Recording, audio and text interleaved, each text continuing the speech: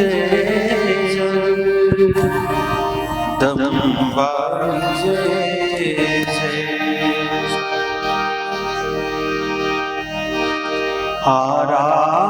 आरासुरवाणी माता अंबानी जय जय। लंबोदराय सकला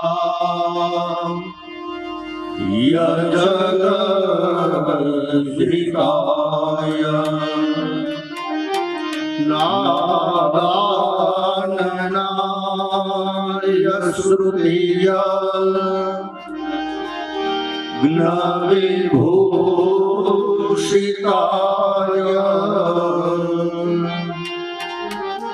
गौरीसुताय नमो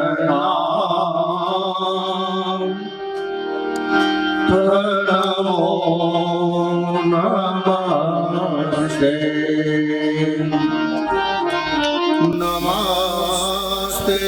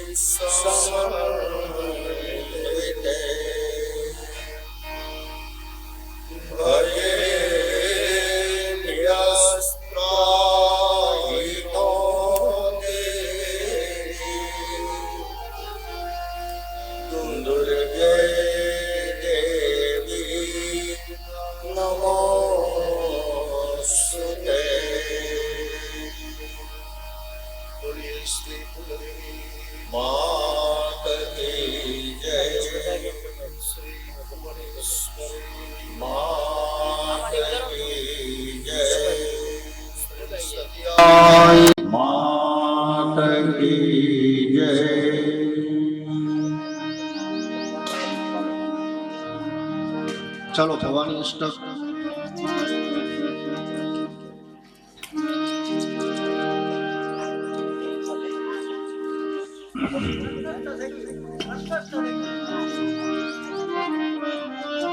चले दिए वालों तुम्हारा न तातो न माता न बंधुर्न दाता न पुत्रो न पुत्री न भूड्यो न भर्ता न जाया न विद्या न वृत्तिर्ममैव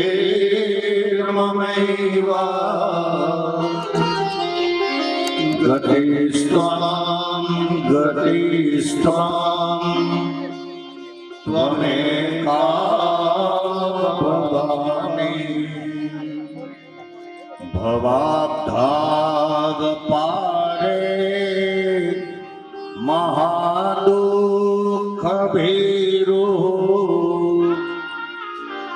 पपात प्रकामी प्रलोभे प्रमत्तः संसार पाश प्रबद्ध सदाहं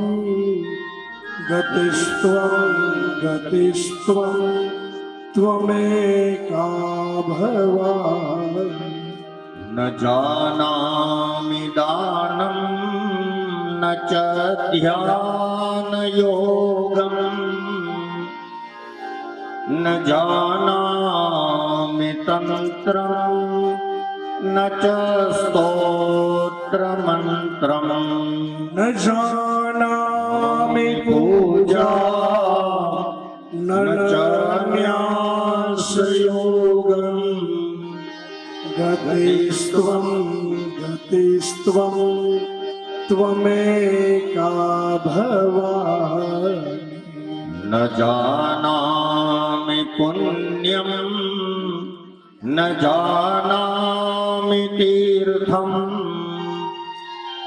न जानामि मुक्तिं लयं वा कदाचित् न जानामि भक्ति व्रतं वापि माता गतिस्त्वं गतिस्त्वं त्वमेका भवानि कुकर्मी कुसंगी कुबुद्धि कुदासः कुलाचारहीनः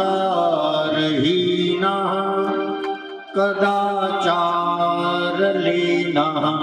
कृदस्ति कुवाक्य प्रबन्ध सदाहं गतिस्त्वं गतिस्त्वं त्वमेका भवानि व्रजेशं रमेशं महेशं सुरेशं दिनेशं शीथेश्वरं वा कदाचित् न जानामि चान्यत् सदाहं शरण्ये गतिस्त्वं गतिस्त्वं त्वमेका भवानि विवादे विषादे प्रमादे प्रवासे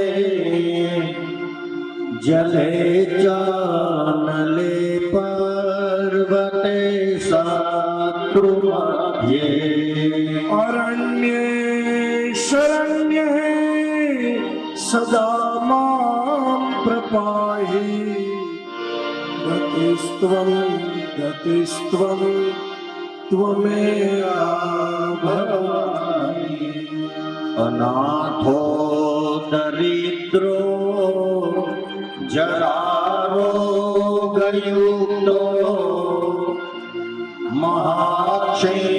महाक्षीणदीनः सदा जाड्यवक्त्रः विपत्तो प्रविष्टः प्रणाष्टः सदाहं गतिस्त्वं गतिस्त्वं त्वमेका भवानि गतिस्त्वं गतिस्त्वं त्वमेका भवानि गतिस्त्वं गतिस्त्वं त्वमेका भवानि बोलिए श्री भवानी मात की जय।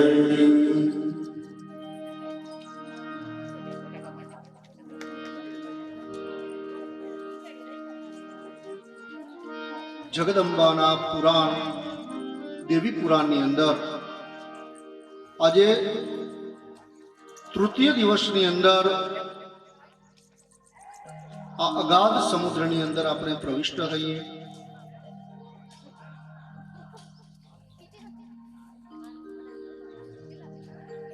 ગઈકાલની કથાની અંદર આપણે જોયું આજે પ્રથમ સ્કંદ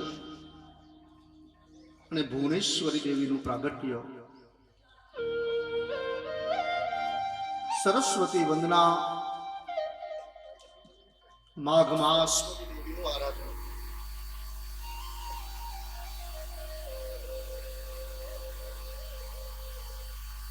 પ્રારંભની અંદર આપણે કથાની અંદર પ્રવિષ્ટ થઈએ,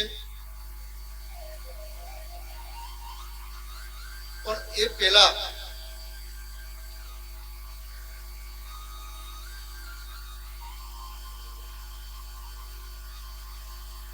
કેવળ તારીખની અંદર વસંત પંચમીનું બોધ વાંચી અને આપણે આનંદિત થાય એના કરતા આ દિવસનો સદ અને સારો ઉપયોગ કરવો। વસંત પંચમી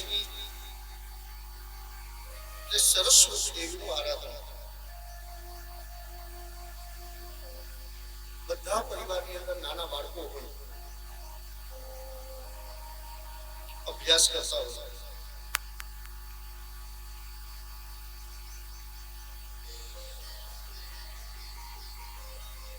આ વસંત પંચમીના દિવસે એક ચાંદીની નાની વાટકી, એની અંદર એક ચમચી મધ અને સુવર્ણ સલાકા એટલે સોનાની સળી, તે ન હોય તો ગર્ભ એટલે ડાબની સળી,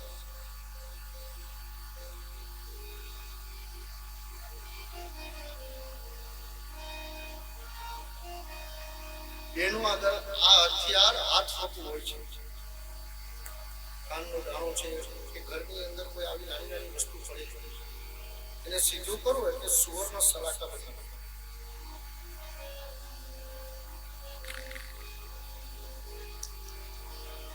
તમારું જે બાળક ભણતરની અંદર, અભ્યાસની અંદર નબળું હોય, એમની અંદર આપ જે મહેનત કરો છો એમાં સરસ્વતીની કૃપા થશે એટલે મહેનત આપની રંગ લાવશે.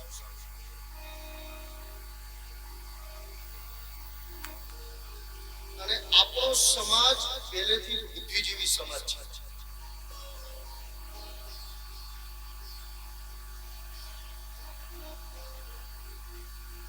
કારણ કે બુદ્ધિવર્ધક પ્રયોગો, અશ્વગંધાદી ચૂર્ણો, સુશ્રુત ચરક આદિ આયુર્વેદનો ભરપૂર ઉપયોગ એ આપણે સારી રીતે બધા જાણીએ છીએ. સમય સંજોગ અનુસાર થોડું લુપ્ત થયું છે.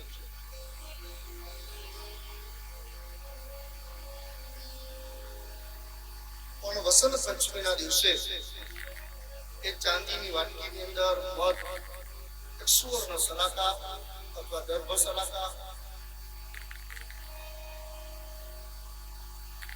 થોડું કેસર એની અંદર પધરાવી અને આપણે મિક્સ કરીએ. મંદિરની અંદર સરસ્વતીનો દીપ પ્રજ્વલિત કરીએ. સરસ્વતીનો ફોટો આપણી આગળ ન હોય તો બાળકોના પુસ્તકો છે એની અંદર પણ સરસ્વતીજી બિરાજમાન છે.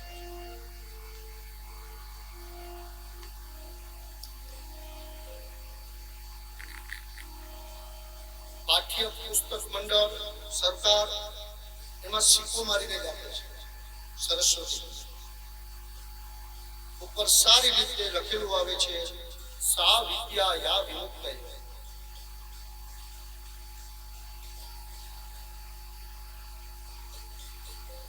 પછી મૂળભૂત ફરજ હોય તો પછી આગળના પેજ ઉપર પૂર્વાભિમુખ બાળકને બેસાડીએ. યથોચિત સરસ્વતીનું આપણે જે પણ કઈ આવડે પૂજન અર્ચન કરીએ.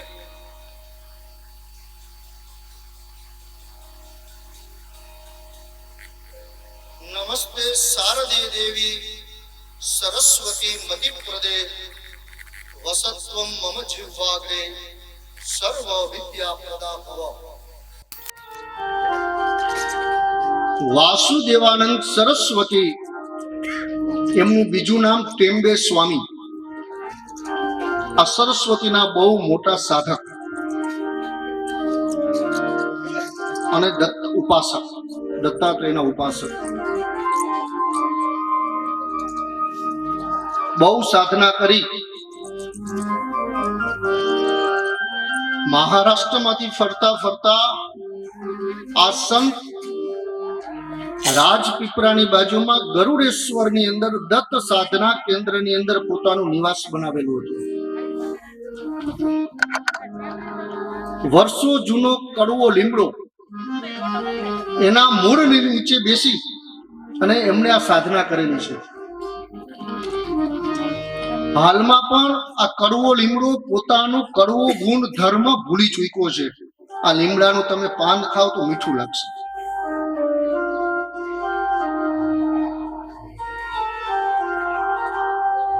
જગદંબાની કૃપાથી અને આશીર્વાદથી ઘણો સમય સુધી હું પણ ત્યાં રોકાયો છું. મેં જોયું છે,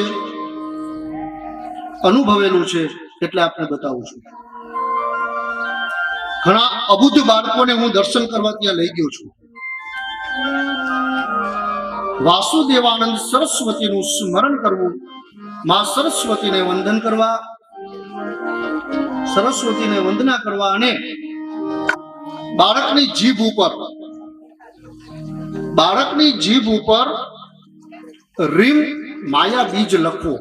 કેનાથી? સુવર્ણ સલાકાથી. ર દીર્ઘ રી ઉપર અર્ધચંદ્રાકાર બિંદુ, રીમ. રીમ શબ્દ બોલશો એટલે જીભ છે તાળવા ઉપર સ્લીપ થશે આપણે, એટલે સાચું બોલ્યા છો એવું તમને ખ્યાલ આવશે. હ ર ઈ અને અર્ધચંદ્રાકાર રીમ. આ મધ દ્વારા બાળકની જીભ ઉપર ફોરે ફોરે હાથે લખવું અને માં સરસ્વતી અને વાસુદેવાનંદ સરસ્વતીની પ્રાર્થના કરતા કહેવાનું કે આપની કૃપા આ સંતાનની અંદર પ્રાપ્ત થાય.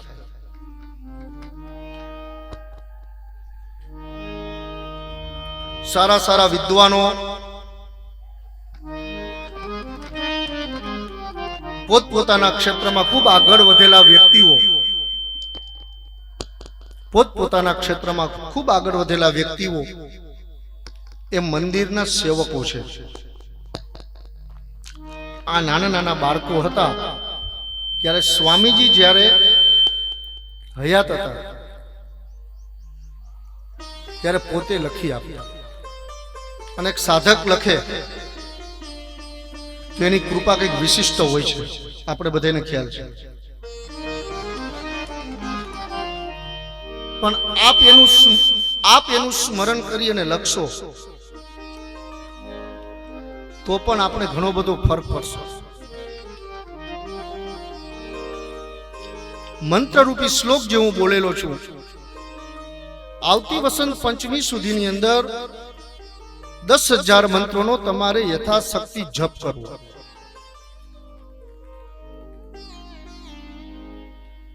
આટલું બહુ સરળતાથી અને સ્પષ્ટતાથી મેં આપને જણાવ્યું. છતાં આપણે કંઈક ન સમજાણું હોય તો આપણી આજુબાજુમાં જે ભૂદેવો હોય છે એને લગભગ આ સરસ્વતી સાધન કરેલું હોય છે, આ અનુષ્ઠાનો કરેલા હોય એમના હાથે પણ આપ આ વિધિ કરાવી શકો. સૂરનું સંદાન દેમાં શારદેમાં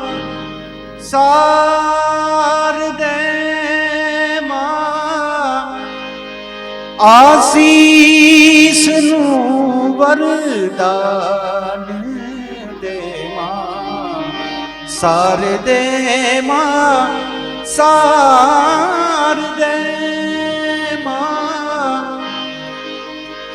તુજ અખંડિત જ્યોતથી મમ જીવન પંચ ભુજાલ દે.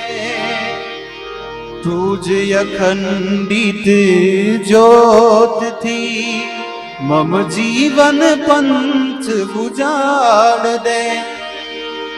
તારા પુનીત પ્રકાશ પડ પડ પ્રગટાવી દીપમાલ દે. તારા પુનીત પ્રકાશ પલ પલ પ્રગટાવી દીપમાલ દે.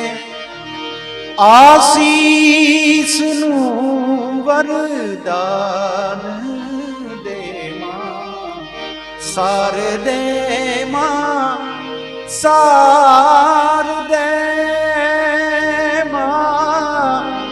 સૂરનું સંદાન. જય ભાઈ. માં સરસ્વતી અને સાધના એની ઉપાસના કરીએ.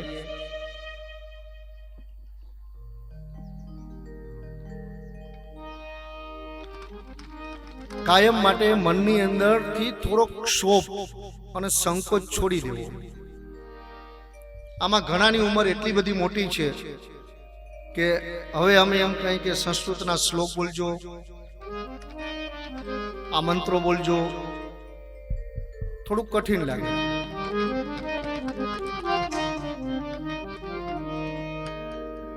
પણ દરેક વર્ણ અને દરેક સમાજ માટે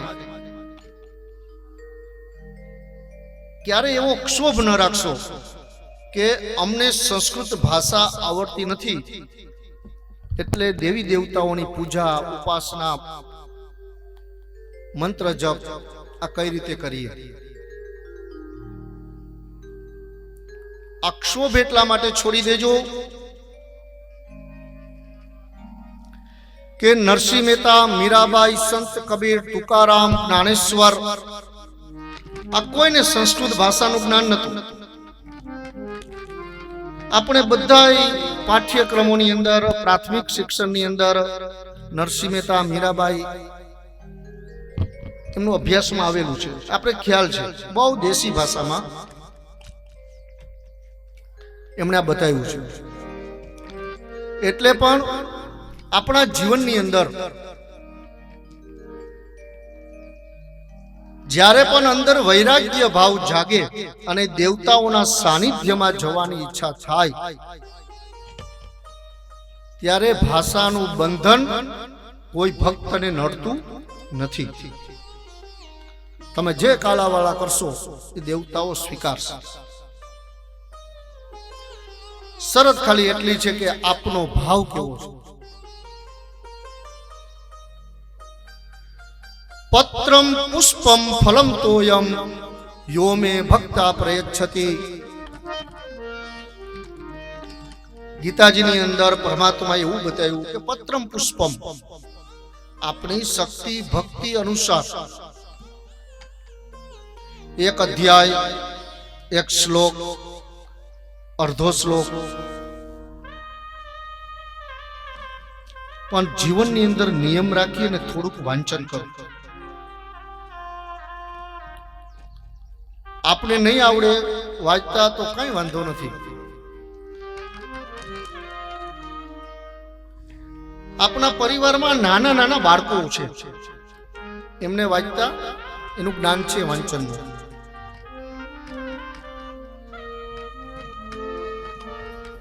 એમને વચાવો. ગીતા, રામાયણ, ભાગવતજી જે આપણે બાળકને ગમે એનાથી તમે સાંભળો. તમારો સત્સંગ થશે અને વારંવાર વાંચન કરવાથી બાળકની અંદર, પરિવારની અંદર સારા સંસ્કારોનું સિંચન થશે.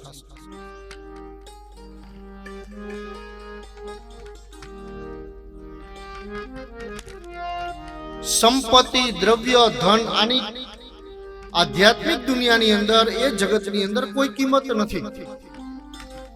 લૌકિક જીવનની અંદર આ બધાયથી મોટું છે ધન, દ્રવ્ય, સંપત્તિ. આધ્યાત્મિક જીવનની અંદર આની કોઈ કિંમત નથી.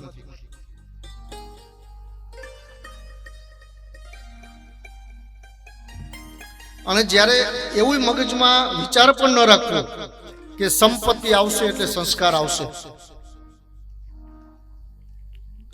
સંપત્તિ આવશે એટલે પેલા દુર્ગુણો સાથે આવશે. આ દુર્ગુણોની અંદર જો આપણે વિતરાઈને રહેશું તો સંપત્તિ ચાલ્યા જશે. પરિવાર, એમના બાળકો આપણા આગળના સમયની અંદર, આવનારા સમયની અંદર આ દેશ પેલા સમૃદ્ધ હતો અને થશે, પણ સંપત્તિ અને સંસ્કારથી બંને રીતે સમૃદ્ધ હતા. આપણે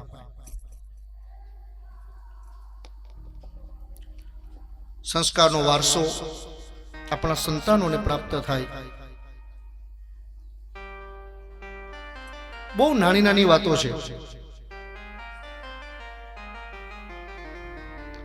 અત્યારે કદાચ આપણે આપણી જન્મભૂમિથી દૂર રહેતા હશું, પણ આપણે બધાએ જોયું અને અનુભવેલું છે કે નાના ગામની અંદર સંધ્યા સમયે બ્રાહ્મણ છે, કોઈ સાધુનું ખોયડું હોય, એ શિવ પુરાણ, ભાગવતજી એનું થોડું ઘણું વાંચન કરે, જેવું આવડે એવું, અને બધાય સાંભળતા. 8, 10, 25 વડીલો બેઠા હોય.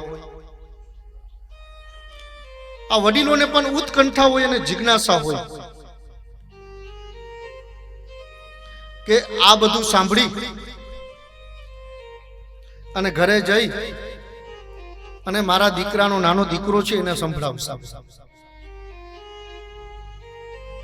અને નાનું બાળક સાંજના જમી અને દાદાની બાજુમાં બેઠું હોય, એક નવી વાર્તા સંભળાવો.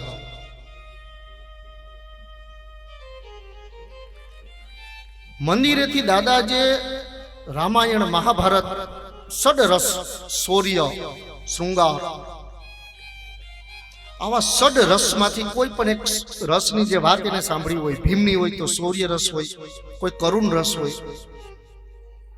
પણ ભૂદેવો અને સાધુ પણ બહુ તૈયાર હતા. વધારે ભાગે શૌર્ય કથા જ આપણે કહેતા, કેમ કે આપણે ખ્યાલ હતો કે આ વાત નાના બાળકના કાન સુધી જવાની છે અને આ એક મોટું રસાયણ દવા બની જશે.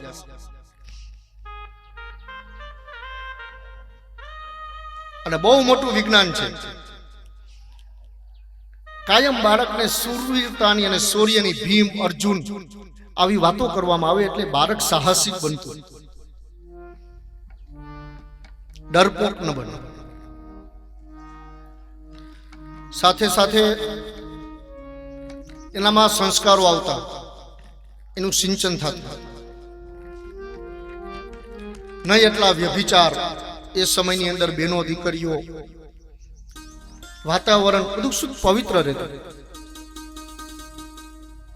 આપણે ભૌતિક જીવન જીવવા ગયા, આધ્યાત્મિક થોડુંક દૂર થયું આપણાથી. પરિણામ શું આવ્યું? કાયમ બધું જોઈ છે આપણે. આ સંસ્કારનો અભાવ ન્યા દેખાય છે.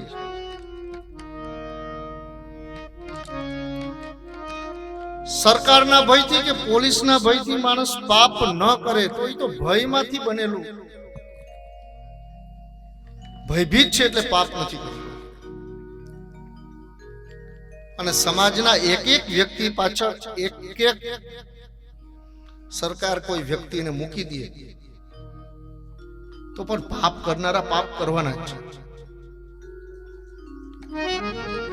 પણ આ દુરાચાર ક્યારે બંધ થાય? કે જ્યારે એમની અંદર સારા સંસ્કારોનું સિંચન થાય, પાપના માર્ગે જાય એટલે સીધો એનો આત્મા બોલે કે આ મારાથી ન કરે. હે ધીમે ધીરે જમાનો બદલાયો, ધીરે ધીરે જમાનો બદલાયો, હે ધીરે ધીરે જમાનો બદલાયો, ધીમે ધીમે જમાનો બદલાયો. હે પેલા સીતારામ સીતારામ કહેતા તા, પેલા સીતારામ સીતારામ કહેતા, હે પેલા જય શ્રી કૃષ્ણ સીતારામ કહેતા તા, જય શ્રી કૃષ્ણ સીતારામ કહેતા. હે હવે હેલો ને હાય હાય થાય, જમાનો બદલાયો, હેલો ને હાય હાય થાય, જમાનો બદલાયો. હવે હેલો ને હાય હાય હાય થાય, જમાનો બદલાયો, હેલો ને હાય હાય થાય, જમાનો બદલાયો ધીરે ધીરે જમાનો બદલાયો ધીરે ધીરે જમાનો બદલાયો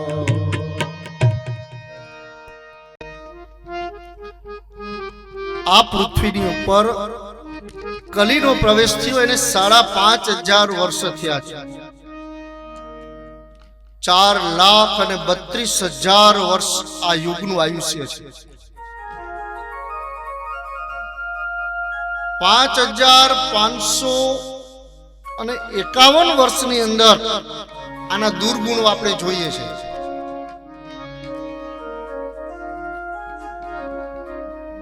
જેમ જેમ આગળ વધશે એમાં યુગના દોષ જીવ માત્ર ઉપર લાગશે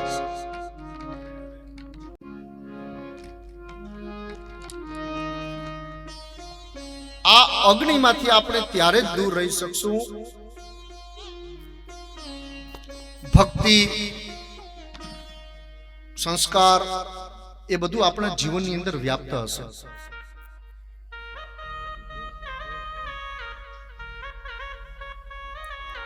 ખોટું કરીએ પાપ છે બધા સમજીએ છીએ પણ કોઈ ખોટું કરતા હોય એમાં સહયોગ આપીએ એ પણ મોટું પાપ છે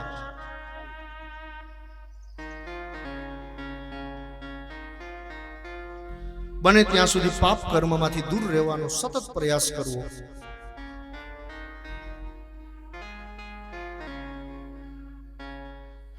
કથાના માર્ગમાં આગળ વધીએ પ્રથમ સ્કંદ વ્યાસ અને પુરાણોના નામ પ્રથમ સ્કંદની અંદર પ્રથમ અધ્યાય ત્રીજો શૃણવતં સંપ્રવક્ષ્યામિ પુરાણા મુનીશ્વરાઃ યથા શ્રુતાનિ તત્વેન વ્યાસાત સત્યવતી સુતાત 18 પુરાણો શાસ્ત્રોમાં તો એવું બતાવ્યું છે કે કેવલ પુરાણોના નામનું આપણે સ્મરણ કરીએ તો પણ એનું આપણે પુણ્ય પ્રાપ્ત થાય છે અને શાસ્ત્રકારો આપણા ઋષિ મુનિઓ એવું હતા કે મોટા શ્લોક વધારે વાંચન એને નાનું સ્વરૂપ કેમ આપવું અને નાનું સંભાષણ એનો વિસ્તાર કઈ રીતે કરવો પુરાણોના નામની અંદર ઋષિ મુનિઓએ એક શ્લોકની અંદર 18 એટલે 18 પુરાણોનો સમાવેશ કર્યો મદ્વયમ ભદ્વયમ ચૈવ બત્રયમ વચતુષ્ટયમ અક્ષર ઉપરથી આ પુરાણોના નામ કંઠસ્થ કરી શકો અનાપલિંગ કુષ્કાની પુરાણાની પ્રચક્ષતે સમજો મદ્વયમ દ્વયમ એટલે બે મ ઉપરથી બે પુરાણો મત્સ્ય પુરાણ અને માર્કંડેય પુરાણ ભદ્વયમ ભ ઉપરથી બે ભવિષ્ય પુરાણ અને ભાગવત પુરાણ ત્યારબાદ બત્રયમ બ ઉપરથી 3 પુરાણો બ્રહ્મ વૈવર્ત પુરાણ બ્રહ્મ પુરાણ અને બ્રહ્માંડ પુરાણ વ ચતુષ્ટયમ વ ઉપરથી 4 નામ પુરાણો વરાહ પુરાણ વિષ્ણુ પુરાણ વામન પુરાણ અને વાયુ પુરાણ અનાપ લિંગ કુષ્કાની એક એક શબ્દ ઉપર એક એક પુરાણનું નામ અને શ્લોકની પૂર્તિ અનાપ અ એટલે અગ્નિ પુરાણ ન એટલે નારદ પુરાણ પ એટલે પદ્મ પુરાણ લિંગ પુરાણ ગ એટલે ગરુડ પુરાણ અને આ પલિંગ કુષ્કાણી, કુ એટલે કુર્મ પુરાણ, સ્ક એટલે સ્કંદ પુરાણ. આ 18 પુરાણ. જેટલા વ્યાસજીએ 18 પુરાણો બતાવ્યા એની સામે એમના 18 ઉપપુરાણો છે. યથા વિધિ પ્રમાણે આપણે એનું વાંચન કરતા જાય, જ્ઞાનની વૃદ્ધિ થાય, આત્માનું કલ્યાણ થાય.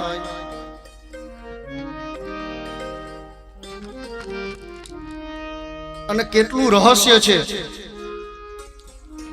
એ ખાલી એક ઉદાહરણ આપી દઉં છું કે ભવિષ્ય પુરાણ વ્યાસજીએ લખેલું છે. એની અંદર એક શ્લોક એવો છે કે આ લખાણો એ તો વર્ષો થઈ ગયા છે, દ્વાપર યુગની અંદર લખાયેલા પુરાણો છે. પણ એનો એક શ્લોક એવો છે કે રવિવારે ચ સંડે ચ ફાલ્ગુની ફરવરીસ તથા, નામ છે ભવિષ્ય પુરાણ. પણ આગળમાં આવનારું ભવિષ્યમાં કેવું કેવું થશે એનું એમાં વર્ણન છે. રવિવાર એટલે સૂર્યવારથી ઓળખાતું. આજે આપણે રવિવારે જ સન્ડે છે, એને આપણે સન્ડે કરી નાખ્યું. આ દ્વાપર યુગની અંદર લખેલું હતું. ફાલ્ગુની ફરવરીસ તથા, ફાલ્ગુનીને આપણે ફેબ્રુઆરી કહેશું. એ દ્વાપરમાં વ્યાસને ખ્યાલ હતો. તો પછી આપણે બધા કેવા વિચારોના થશું કલિકાલની અંદર એ પણ બધાને ખ્યાલ હશે જ વ્યાસજીને.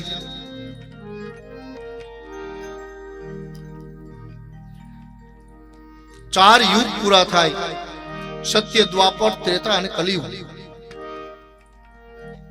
કલી પૂરો થાય એટલે યુગાંત કહેવાય. દરેક દ્વાપર યુગની અંદર વ્યાસજી આવે, અજર અમર છે, એમનું મૃત્યુ ક્યારેય નથી.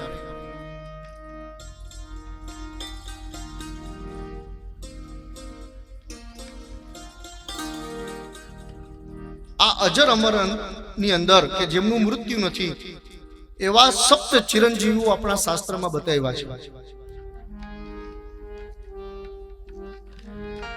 એમની વિસ્તારથી કથા બહુ મોટી છે, પણ એમના નામનું આપણે સ્મરણ કરીએ. અશ્વસ્થામાં બલિર્વ્યાસો, હનુમાનશ્ચ વિભીષણઃ, કૃપઃ પરશુરામશ્ચ, સપ્તેતે ચિરજીવિનઃ. આ ચિરંજીવીઓ છે. માર્કંડે ઋષિને 1.25 પ્રહરનું આયુષ્ય હતું અને શિવજીએ એ 1.25 પ્રહર પોતાનું આયુષ્ય એમને મૃત્યુંજય જપના ફળ સ્વરૂપે આપ્યું. એટલે શિવજીનો 1.25 પ્રહર એટલે એક જાતનું અમરત્વનું વરદાન. એટલે માર્કંડેયમ તથાષ્ટમમ એટલે માર્કંડે 8મા. અશ્વસ્થામાં બલિરાજા, વ્યાસજી, કૃપાચાર્ય, વિભીષણ, પરશુરામ, હનુમાનજી મહારાજ અને માર્કંડેયમ તથાષ્ટમમ 8મા માર્કંડે ઋષિ.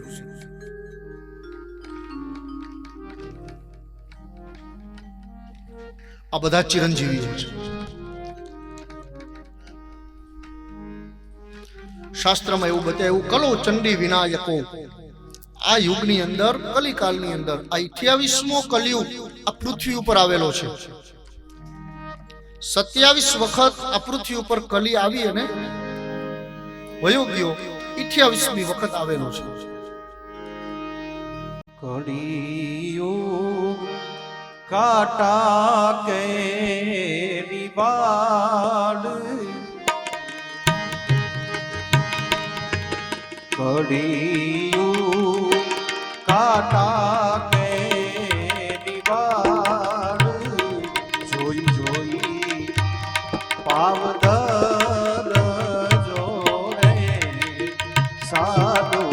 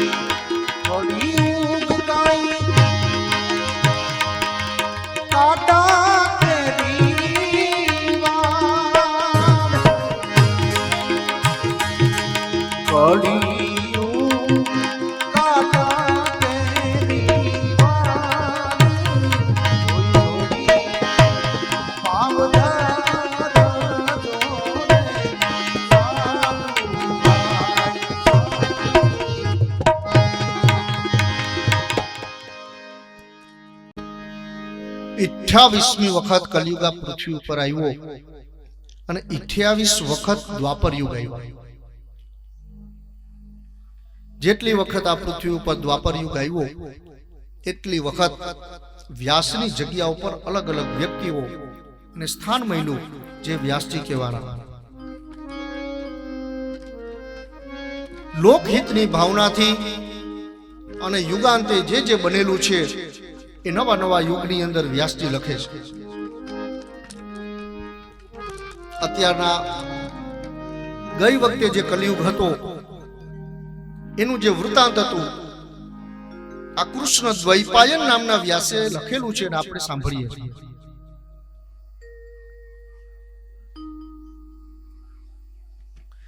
બ્રાહ્મણો માટે અનાદિ વેદ છે.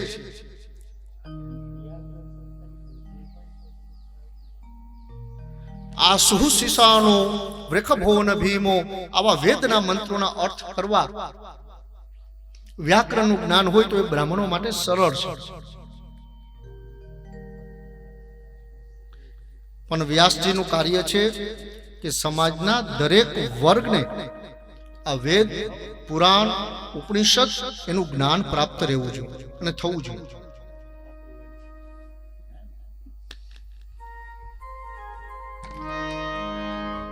આધ્યાત્મિક ઉન્નતિ માટે દરેકને સમાન અધિકાર છે, પણ એ અધિકારનો ઉપયોગ બહુ ઓછા માણસો કરે છે. બાકી બધા અધિકારો આપણે સ્વીકારીએ છીએ, પણ જ્યાં ધર્મની વાત આવે, આધ્યાત્મિક ઉન્નતિની વાત આવે, એમાં આપણે થોડાક પાછળ હટી જાય છે. પુરાણોના માધ્યમથી વ્યાસજી આપણે આ બધું સમજાવે છે.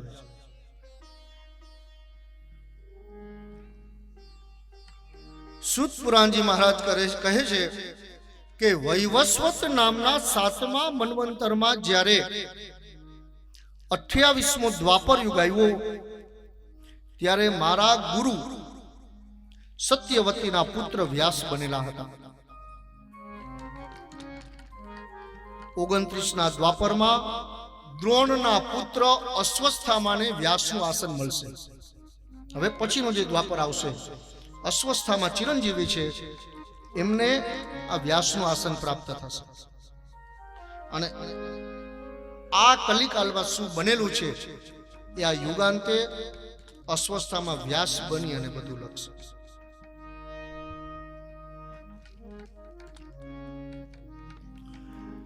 સૌ પ્રથમ દ્વાપરમાં બ્રહ્માજી પોતે જ જ્યારે પૃથ્વીની ઉત્પત્તિ થઈ ત્યારે બ્રહ્મા સ્વયં પોતે વ્યાસ બનેલા હતા. વેદોનો વિસ્તાર કર્યો. ઋગ્વેદમાંથી અલગ અલગ વેદોનો વ્યાસ થયો.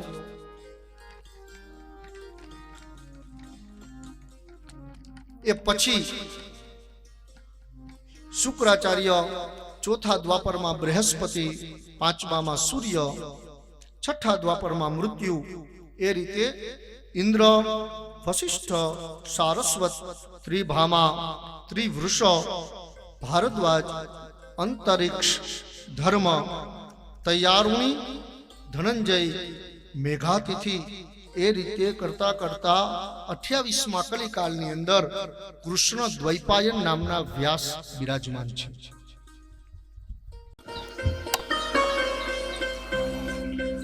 તેમણે શ્રીમદ ભાગવત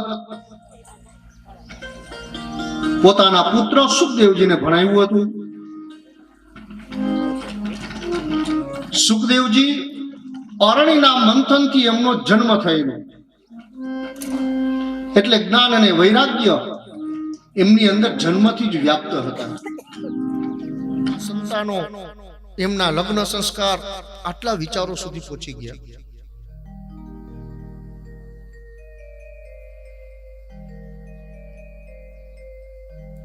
કે આ પંખીને વૃદ્ધાવસ્થાની ચિંતા નથી. આ બચ્ચું એનું સેવા અને ચાકરી આ ચકલીનું કરવાના નથી. બહુ મનથી દુખી થઈ અને વ્યાસજી મેરુ પર્વત ઉપર તપશ્ચર્યા કરવાને માટે ગયા. ત્યાં ગયા એટલે પુનઃ પ્રશ્ન ઉદ્ભવ્યો કે તપ કરવું છે સંતાન પ્રાપ્તિ માટે, પણ કેનું તપ કરવું?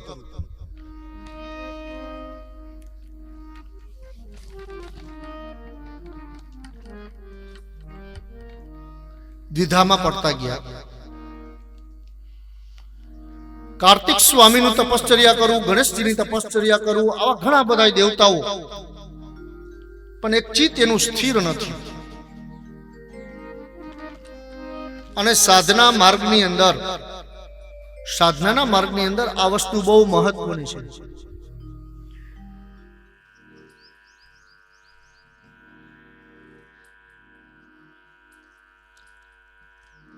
મેરુ પર્વત ઉપર વ્યાસજી તપ કરવાને માટે ગયા. મનની અંદર પુત્ર સંતાન પ્રાપ્તિની લાલસા,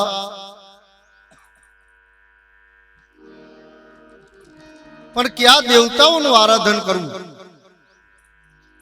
એનો વિચાર કરવા લાગ્યા અને એમાં દ્વિધામાં પડ્યા. અને આપણા જીવનની અંદર પણ ઘણી વખત એવું બને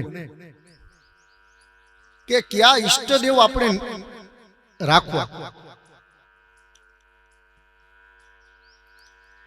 અને જ્યાં સુધી એનો ખ્યાલ ન હોય ત્યાં સુધી વડની અલગ અલગ વડવાઈઓ આપણે પકડી અને જોડે રાખતા હોય. ગણેશ ચતુર્થી આવે એટલે ગણપતિ દાદા, નવરાત્રી આવે એટલે દુર્ગાજી, આ બધાની ઉપાસના જરૂરી છે. પણ માતા પિતા એક હોય એમ ઈષ્ટદેવ પણ આપણા એક હોવા જોઈએ. જન્મ કુંડલીના 5મા સ્થાન ઉપરથી આપણા ઈષ્ટદેવ ક્યાં છે એનો ખ્યાલ આવે.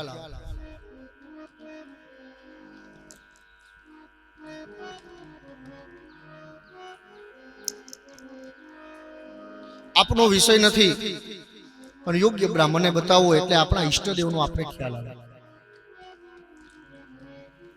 પ્રારંભિક ઉપાસના, પ્રારંભિક ઈષ્ટ સાધના એ જન્મ કુંડલીનું 5મું સ્થાન. ઈષ્ટ સાધનામાં તમે આગળ વધ્યા એટલે ચોક્કસ વિશ્વાસ રાખજો કે યોગ્ય સદગુરુ તમને ક્યાંયથી અને ક્યાંયથી મળી જશે.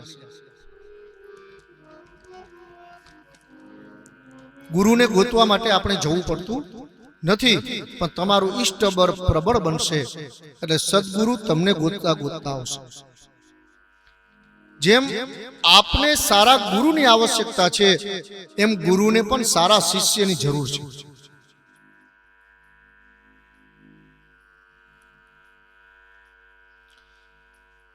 શાસ્ત્રોની અંદર ત્યાં સુધી બતાવ્યું છે કે ઘેટા બકરાની જેમ જઈ અને ગુરુ ધારણ ન કરી દે. અયોગ્ય વ્યક્તિને ગુરુ ધારણ કરશો, લોભી ગુરુ, લાલચી ચેલા, પછી બે નરક મેં ઠેલમ ઠેલા. યોગ્ય વ્યક્તિને ગોતવું, અને જેટલું તમારું ઈષ્ટબળ સારું હશે એટલા યોગ્ય ગુરુ તમને મળશે.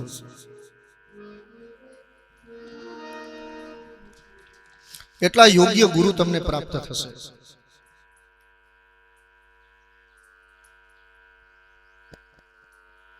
અને 5મા સ્થાનથી 5મું સ્થાન એટલે જન્મ કુંડલીનું 9મું સ્થાન.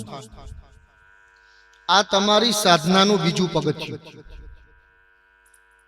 ત્યાં સુધી પહોંચશો એટલે ગુરુ મળી ગયા છે. આગળનો માર્ગ એ આપણા સદગુરુ આપને આપશે. આ બધું આપણે જાણીએ તો વ્યાસજી જાણતા જ હોય, પણ દ્વિધા ક્યાં થાય? માણસ ક્યારે આ ઉપાસના માર્ગમાં મૂંઝાઈ ગયા. સમજો કે જન્મ કુંડલીના 5મા સ્થાનમાં સૂર્યનારાયણ બિરાજમાન છે. તો અમારો અભિપ્રાય એવો હોય કે આપ ગાયત્રી ઉપાસના કરો.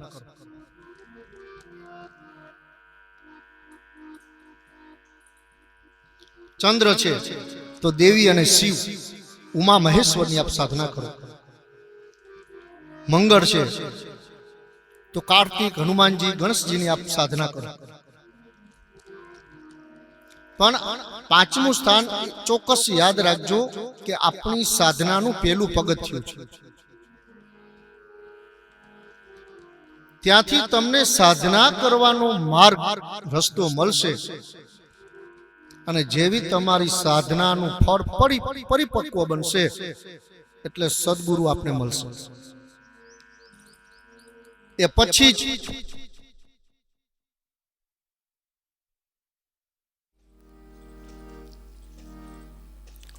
6, 7, 8, 9, 5 થી 9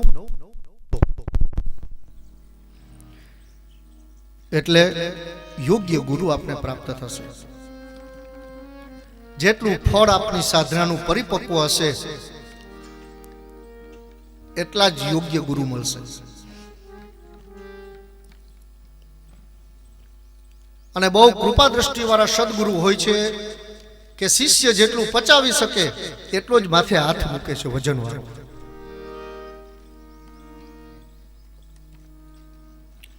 સાધના ઉપાસનાનો દુરુપયોગ ન થાય, સમાજની અંદર પોતાના ઈષ્ટનો પ્રચાર કરે, ધર્મના માર્ગની અંદર સમાજને પ્રવૃત્ત કરે, આવો શિષ્ય દરેક સદગુરુ ગોતતા હોય છે. ગુરુ ગુંગા ગુરુ બાવરા એ જોન ગુરુ દેવન કા દેવ શિષ્ય સુપાત્ર હોય તો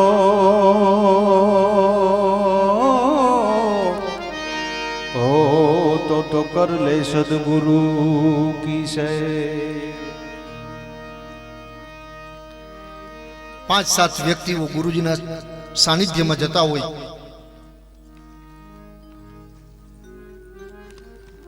હંસ મધ્યે બકો યથા,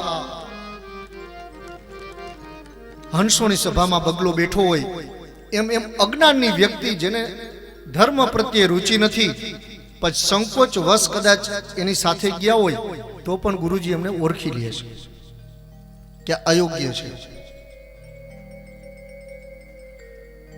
માતા પિતાના સંબંધો બાળકને જેમ ગર્ભમાંથી પ્રાપ્ત થાય છે એમ ગુરુ અને શિષ્યના સંબંધો એ પૂર્વ જન્મથી પ્રાપ્ત થયેલા હોય છે.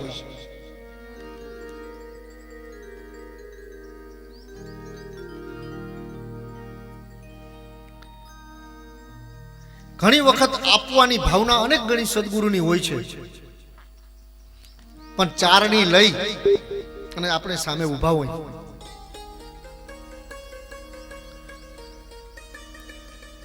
સદગુરુ બિચારા ક્યાં કરે જો શિષ્ય માહી ચૂક, ભાવે જીઓ પરમોધીએ બાંસ બસાઈ ફૂક. વાંસની અંદર એક બાજુથી આપણે ફૂક મારીએ સામે હવા નીકળી જાય. શિષ્યની અંદર જ્ઞાનની લાલસા કે લોલુપતા ન હોય તેમાં ગુરુનો દોષ નથી. એમ જૈસી પ્રીતિ કુટુંબ સે એ ભાઈ વૈસી ગુરુ સે હોય. जैसी प्रीति कुटुंब से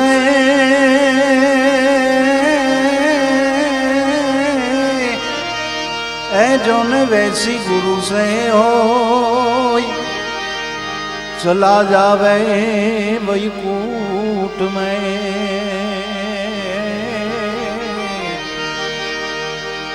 ओ उसका पला पकड़े नहीं कोई. चला जावे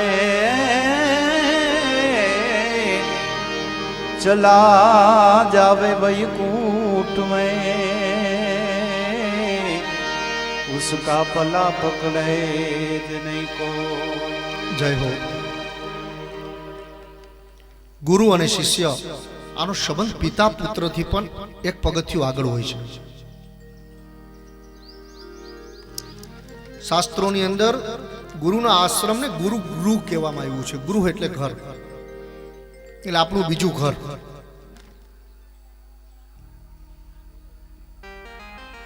સાધના અને તપ, કયા દેવતાઓ આગળ કેવું માગવું, આ પેલા આપણે ખબર હોવી જોઈએ. મારી આગળ કે આપની આગળ કોઈ વસ્તુ ન હોય અને જાણે કે અજાણો વ્યક્તિ એ વસ્તુ આપણી આગળ માગે તો આપણે સક્ષમ નથી. આમ દેવતાઓની અંદર પણ આવું જ છે. દેવતાઓની અંદર પણ આવું જ છે કે આરોગ્યમ ભાસ્કરાદિચ્છેત જ્ઞાનમિચ્છેત મહેશ્વરાત શ્રિયમ ભૂતાસનાદિચ્છેત મોક્ષમિચ્છેત જનાર્દનાથ. કેની આગળ કેવું માગવું? આરોગ્યની કે યશની કામના હોય,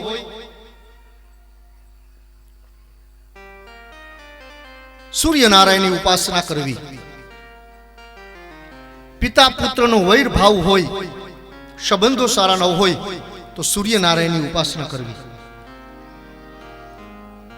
સૂર્ય જગત પિતા કહેવાય છે. જ્ઞાનમિચ્છેત મહેશ્વરાત, કોઈ જ્ઞાનની ઈચ્છા આપણે છે, કોઈ જ્ઞાનની ઈચ્છા આપણે છે તો ભગવાન શિવજીનું આરાધન કરવું. શ્રિયમ ઇચ્છેત હુતાસનાત, લક્ષ્મીની પ્રાપ્તિ માટે અગ્નિનું પૂજન કરવું.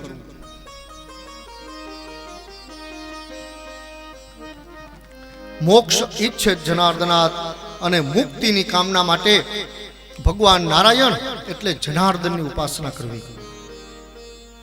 હવે જે વસ્તુ જેની આગળ ન હોય એની આપણે માગણી કરીએ તો એ સાધનાની અંદર થોડોક સમય વધારે લાગે.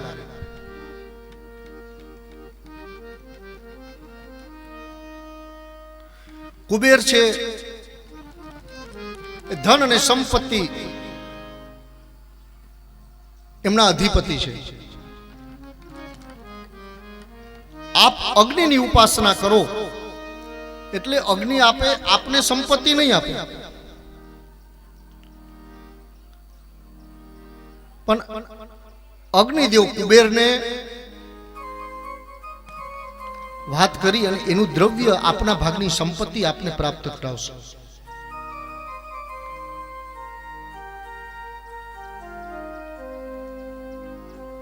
કોઈ દેવી દેવતાઓનું આપણે સ્મરણ કરીએ, લાંબુ નિરોગી આયુષ્ય માગીએ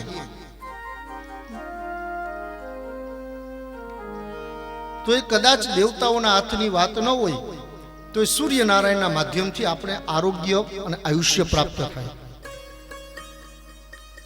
મારો કહેવાનો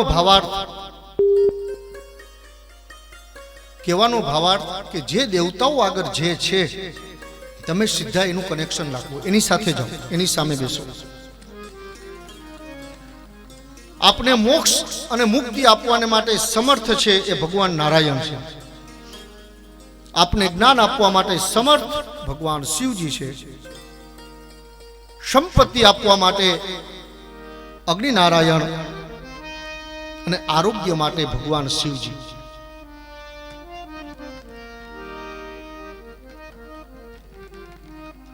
આવા વિચારો વ્યાસજી કરતા હતા.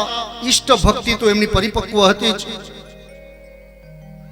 એટલે પ્રભુની કૃપા થઈ અને સદગુરુનો આશ્રય એને પ્રાપ્ત થયો.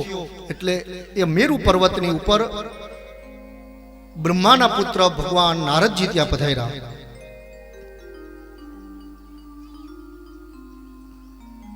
વંદન કર્યા, ત્રાંબાના પાત્રથી અર્ઘ્ય પ્રદાન કર્યું, વિનંતી સહ અને સારા ભાવથી, ન કે પરીક્ષાના ભાવથી, સારા ભાવથી એમને પૂછ્યું કે દેવર્ષિ, આજ 2 કે 2.5 મહિનાથી મારા મનની અંદર પુત્ર કામનાની વાસના જાગી છે, એ લાલસા છે.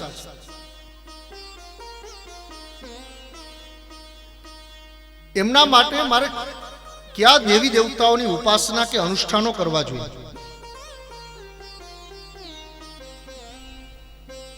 આખું વૃત્તાંત એમણે નારદજીને કીધું.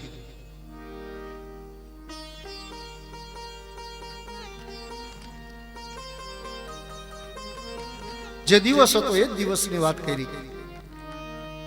મંગળવારે યજ્ઞ કરવા ગયા હોય ને 5 વડીલો બેઠા હોય અને શનિવારનું ત્રીજું ચોઘડિયું કયું એ બ્રાહ્મણે ગયા ભેગું પૂછે એટલે ખબર પડે કે ભૂદેવને આવડે જ કે નહીં.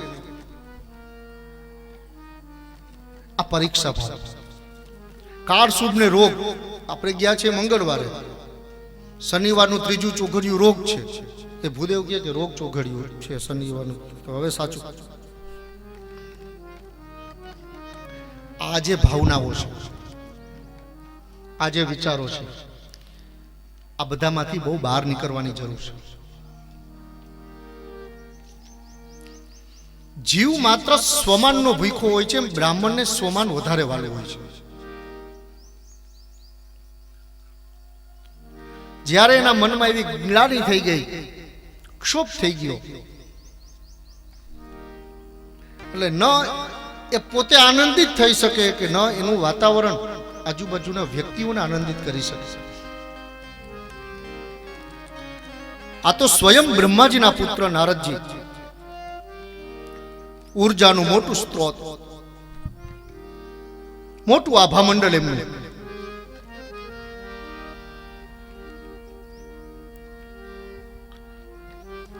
અંતે ચર્ચા વિચારણા કરી અને નારદજી એવો માર્ગ આપ્યો કે હે વ્યાસ મુનિ, ભગવાન બ્રહ્મા, વિષ્ણુ અને ભગવાન સ્વયં શિવ જેમનું જે શક્તિનું સતત આરાધન કરે છે, ધ્યાન ધરે છે, અને હું પણ જેનું આરાધન કરું છું, ધ્યાન ધરું છું, આપ ઈચ્છિત ફળની પ્રાપ્તિ માટે માં જગદંબા ભગવતીના શરણની અંદર જાઓ. ભગવતીના જગદંબાનું સ્મરણ કરો, એમનું અનુષ્ઠાન કરો. બાકી તો બધો માર્ગ વ્યાસજી સ્વયં જાણતા હતા. વનની અંદર વાઘ બીજ, વાણીનું બીજ, અની ઉપર 2 લીટા, ઉપર મીંડું એટલે ઐમ. આ ઐમ બીજ મંત્રથી, વાઘ બીજ મંત્રથી એમને જપ અને અનુષ્ઠાનનો પ્રારંભ કર્યો.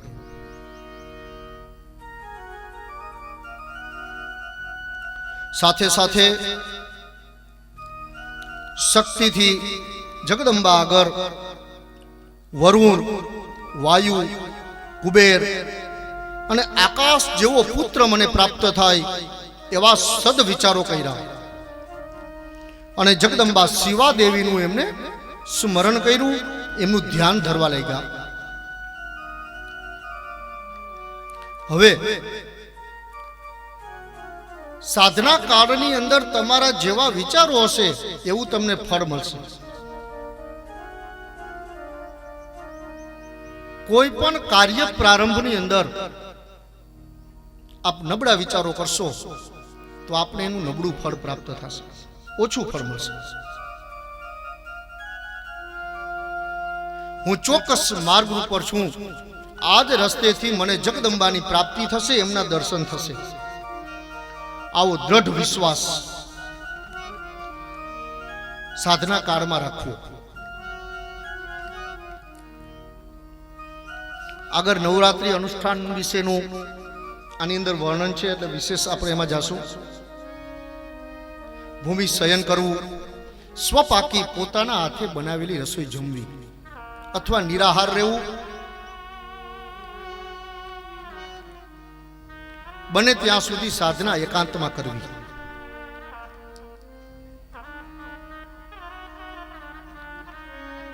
આ બધું શાસ્ત્રમાં બહુ વ્યવસ્થિત બતાવ્યું.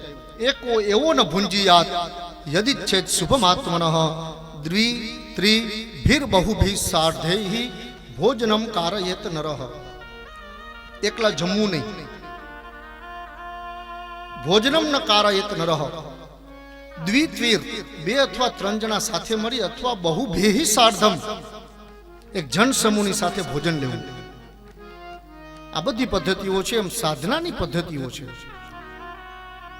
કે બને ત્યાં સુધી એકાંતની અંદર એકલાય સાધના કરવી.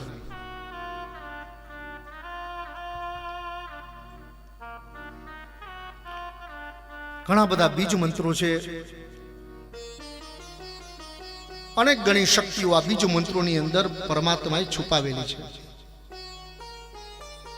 કલિકાલ છે, ઘણા બધા મંત્રો દેવતાઓએ કિલિત કરેલા છે, પણ કિલિત મંત્રોના ઉત્કિરણ પણ શાસ્ત્રોની અંદર આપેલા છે. કિરણ એટલે તાળું મારેલું છે, ઉત્કિરણ એટલે એની ચાવી આપેલી છે. તમે તાળું જોવ છો, ચાવી નથી ગોતતા, અને મંત્રનું રટણ કરો, સમય જતા જતા જતા એનું ફળ નહીં મળે એટલે આપને મંત્ર ઉપર કે દેવ ઉપર અશ્રદ્ધા જાગશે.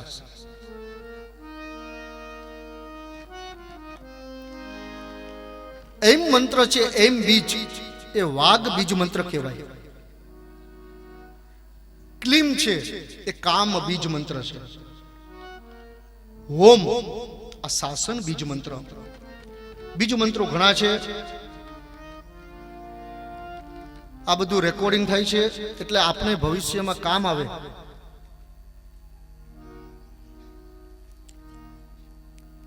અને ગઈકાલના ઘણા બહેનોના પ્રશ્નો હતા કે કયા બીજ મંત્રથી કયા દેવતાઓનું સ્મરણ કરવું, યજન કરવું.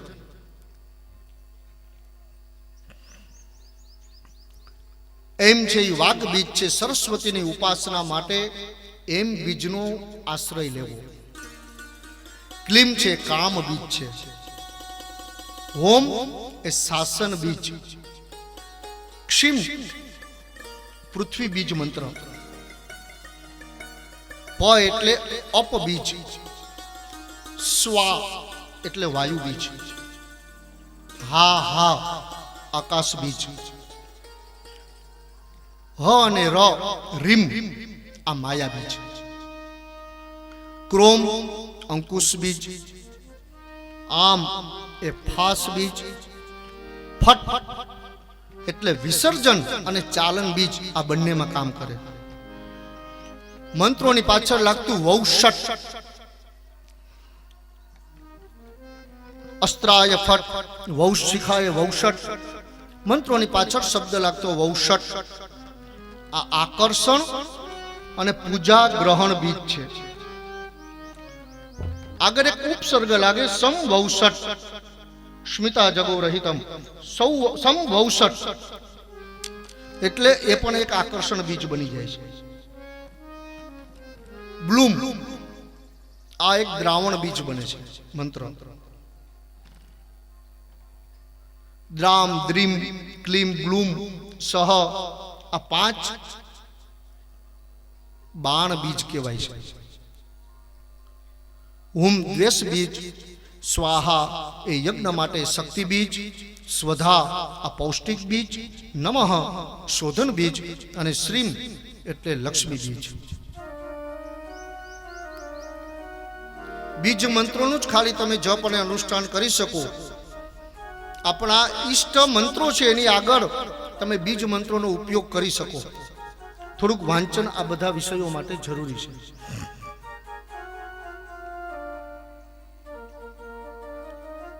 બીજ મંત્રો ખૂબ ફળદાયી છે.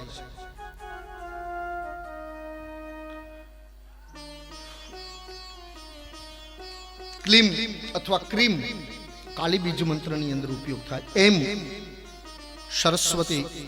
રીમ મહાલક્ષ્મી બીજ. આ રીતે પૌષ્ટિક તૌષ્ટિક.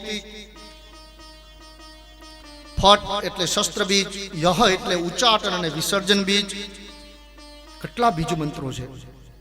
છેલ્લે રીમ રૂમ રેમ રોમ રહ આ શૂન્ય રૂપ બીજ જેને હનુમાનજીની ઉપાસનાની અંદર વિશેષ રૂપે બતાવવામાં આવ્યા છે.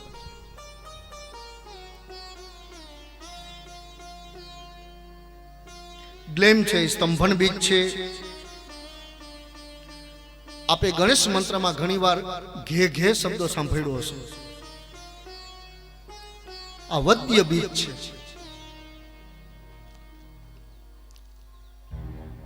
હું સમજુ છું કે આ બીજ મંત્રોની તમારે બધું ઉપરથી જતું હશે, ઘણાને થોડુંક કંટાળાજનક વિષય હશે, પણ ઘણા બધા બ્રાહ્મણો અને ઘણા બધા સાધક જિજ્ઞાસાઓની હું જિજ્ઞાસા પૂરી કરું છું, એટલે આ બોલવું પડે છે. ઠ આ સ્તંભન બીજ છે. ક્ષીમ ઓમ સ્વાહા આ શત્રુ બીજ મંત્ર. મંત્રોમાં એવું છે કે અહડવા ચક્ર, એક ચક્ર આવે છે જન્મકુંડી જેવું. ઈષ્ટ સાધન મંત્રો તમારે કરવા, એક અલગ વિષય રાખી દેશું. અત્યારે કહું કે એક અલગ વિષય છે જેની અંદર મંત્રોની જાતિ નક્કી કરવામાં આવે છે કે આ મંત્ર સ્ત્રીલિંગ છે, આ મંત્ર પુરુષ છે કે આ નપુંસક લિંગ મંત્ર કહેવાય. એ મંત્ર વાંચવાથી ખ્યાલ આવે કે આ વ્યક્તિએ કયા મંત્રોનું અનુષ્ઠાન કરવાથી એને સફળ અને ફળદાયી બને. આ કહેવાય મિત્ર મંત્ર. અરિમંત્ર એટલે શત્રુ મંત્ર. અજાણતામાં કોઈને જોઈ કે આવા મંત્રોના જપ કરે, અજ્ઞાનતામાં હાથ નાખી અને આપણે મંત્રોના દેવતાઓના જપ કરીએ, આ થઈ જાય અરિમંત્ર એટલે શત્રુ મંત્ર. અને શાસ્ત્રોની અંદર અરિમંત્રના જેને અનુષ્ઠાનો કરેલા હોય એના પાછા સરોવરને કિનારે આના નિવારણો થાય છે. અમે કરાવેલા પણ છે કે અરિમંત્રનું સાધન થઈ ગયું હોય અને સાધક પોતે દુઃખી બની ગયા હોય. સદગુરુની જરૂર આના માટે પડે છે કે આપ કેટલા યોગ્ય છો અને કયા સાધનાના માર્ગની અંદર આપણે પ્રવૃત્ત થવું જોઈએ. નપુંસક લિંગ મંત્ર, નપુંસક મંત્રોનું અનુષ્ઠાન એન્ટીબાયોટિક દવા જેવું કે ન લાભ ન નુકસાન. સમય અને શરીર આ બંનેનો વ્યય.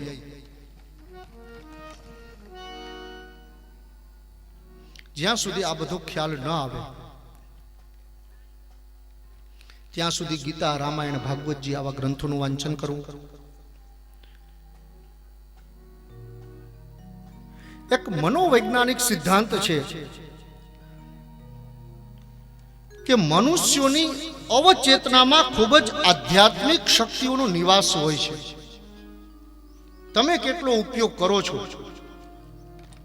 એ આપની ઉપર નિર્ભર છે. આપ જેવું વિચારશો એવું જગત આપની સામે નિર્માણ પામશે. ખૂબ સારા વિચારો કરશો, સારું બોલશો, જેવા છો એવા પ્રતિપાદિત થાશો, મુક્ત બનશો, નિખાલસ બનશો, તો આપને આપના જેવા જ માણસોનો સંગ થશે.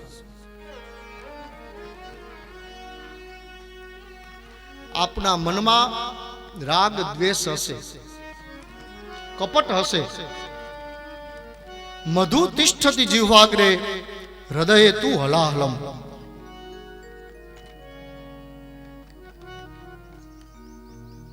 મધુ તિષ્ઠતિ જીહ્વાગ્રે, વાણીની ઉપર આપણે મધ જેવું અમૃત પ્રતિપાદિત કરીએ પણ હૃદયની અંદર હરાહર વિષ ભરેલું હોય.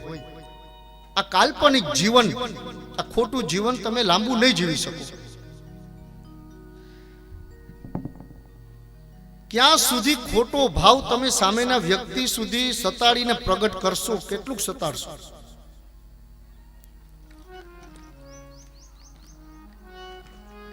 યોમદ ભક્ત સમે પ્રિય.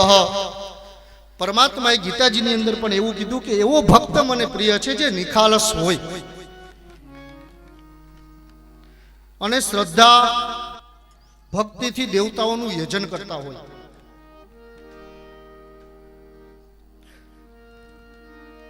તમે અનુભૂતિ કરજો કે તમારા મનમાં ગ્લાનિ હોય, બહુ દુઃખ હોય અને તમને કોઈ સામે વ્યક્તિ મળે, એની સામે તમારે આનંદ પ્રગટ કરવો જ, એટલે મુખાકૃતિમાં આખો ફેરફાર, પરિવર્તન હશે. સામેવાળો વ્યક્તિ સમજશે કે હાસ્ય છે મુખ ઉપર, પણ ભાવ અલગ છે.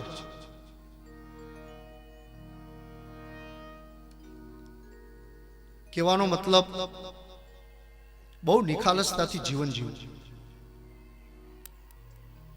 આપણે એવું થશે કે જેવા છે એવું ખુલ્લું જીવન જીવશું, સગા સંબંધીઓ, ભાઈ બંધુ, પરિવાર, અમને દુઃખ લાગશે, પણ એવું નહીં બને. સામાજિક જીવનની અંદર ક્યાંક થોડુંક જરૂરી પણ છે, પણ તમને જેવું ગમે છે એવું આપ જીવન જીવશો તો તમારું જીવન જેમને ગમે છે એવા વ્યક્તિઓ તમારી સાથે ટીમ બની જશે, કુદરતી આવી જશે. તમે જેવા વ્યક્તિનો સંયોગ ઈચ્છો છો એવા વ્યક્તિઓ આપને મળશે.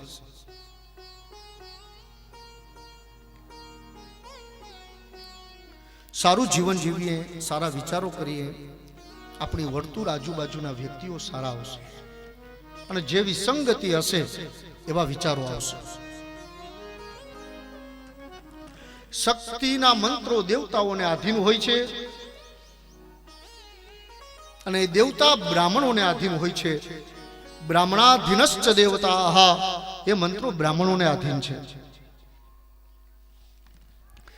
સતત મંત્રની ધ્વનિ, સતત મંત્રોના ઉચ્ચારણથી, ઘર્ષણથી આધ્યાત્મિક શક્તિ આપણી ઉન્નત બને છે, ઉન્નતિ થાય છે. માઇક ચાલુ છે, આના શબ્દો આકાશ તત્વના માધ્યમથી આપણા કાન સુધી પહોંચે છે. આ ધ્વનિના તરંગો, તમે એકાંત રૂમમાં બેઠા હશો અને મંત્રનો જપ કરશો, તમારા તરંગો, તમારા શબ્દો તમારા મનને સતત એક ને એક શબ્દો સંભળાશે, એટલે મન પણ ઉત્તેજિત બનશે.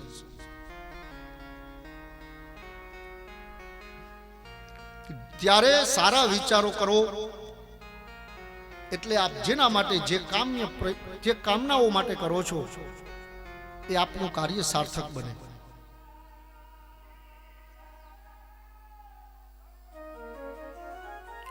સાધનાના માર્ગની અંદર વ્યાસજી બેઠા, એમ વાઘ બીજનો ઉપયોગ કર્યો, પોતાના ઈષ્ટદેવ શિવજીનું ધ્યાન ધર્યું, શિવજીની પ્રાર્થના કરી અને શિવજીની સ્તુતિ કરવા લાગ્યા.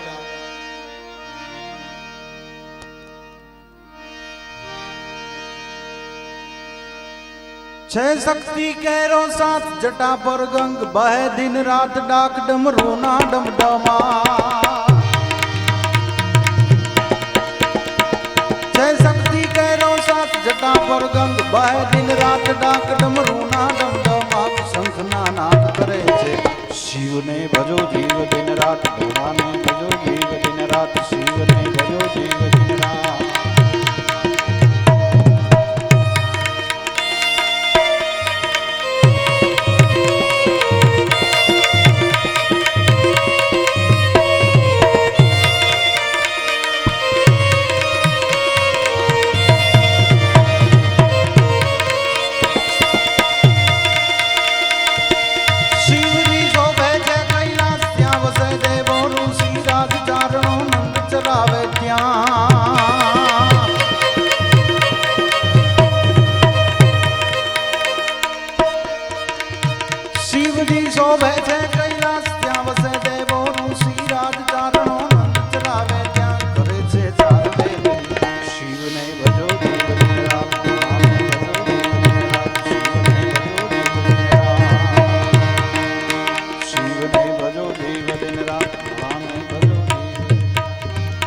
પોતાના ઈષ્ટદેવ ભગવાન મહાદેવજી શિવજીનું સ્મરણ કર્યું. ઈષ્ટ હતા એટલે સામે દર્શન આપ્યા. 100 વર્ષ સુધી એમને સાધના અને સમાધિ લગાવી. ત્યારે શ્રી શિવજી એમને દર્શન આપ્યા. 21 દિવસ સુધી આ કાર્ય કરજો, પછી અમને પાછા મળજો, એવું અમે લખી આપ્યા. એટલે સામે એવો ઉદ્ગાર હોય, 21 દિવસ કેમ થશે? 21 દિવસ સુધી ભૂદેવ કરવાનું આ બધું? અરે 100 વર્ષ સુધી વ્યાસજીએ પણ સાધના કરી. નાનામાં નાનો સાધનાનો ક્રમ 43 દિવસનો છે, બહેનો માટે 23 દિવસનો છે. પુરુષો માટે નાનામાં નાની ઉપાસના એટલે 43 દિવસ. ત્યાં સુધી તો કોઈ ફળની આશા જ નહીં રાખે.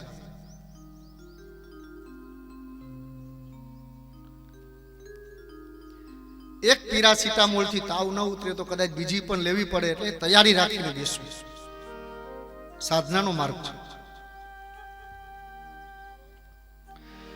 100 વર્ષો સુધી ભગવાન શિવજીનું ધ્યાન ધર્યું, આશીર્વાદ આપ્યા કે આપને શ્રેષ્ઠ સાત્વિક તેજસ્વી અને જ્ઞાની પુત્ર પ્રાપ્ત થાવ.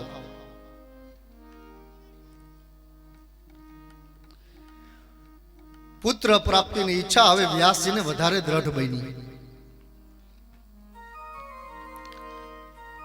મેરુ પર્વત ઉપર જ્યાં બેઠા હતા એમાં એક અરણીનું કાષ્ઠ હતું. એની સામે સાધના પ્રારંભ કરી ત્યારે પણ એ કાષ્ઠ હતું, સાધના પૂર્ણ થઈ એટલે પણ એ અરણીનું કાષ્ઠ હતું. એમને એવું લાગ્યું કે આ કંઈક શુભ સંકેત કરે છે. કાષ્ઠ વ્યાસજીએ લઈ લીધું અરણીનું, કે આ કંઈક શુકન છે.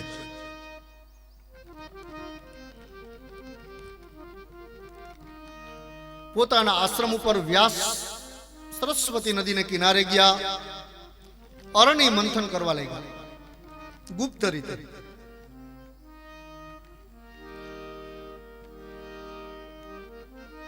હવે સાધના ચાલુ હતી. એ દરમિયાન ઇન્દ્રએ પણ ઘણા વિક્ષેપો પાડ્યા, પણ શિવજીએ રોકી રાખ્યા કે આને કોઈ ઇન્દ્રાસન કે કઈ જોતું નથી. આ તો પુત્ર પ્રાપ્તિ માટે અનુષ્ઠાન અને સાધના છે. પણ દેવતાઓના ગણોની અંદર ઇન્દ્ર એટલે દરેકની સાધના ભંગ કરાવો એ એમનો હેતુ વધારે.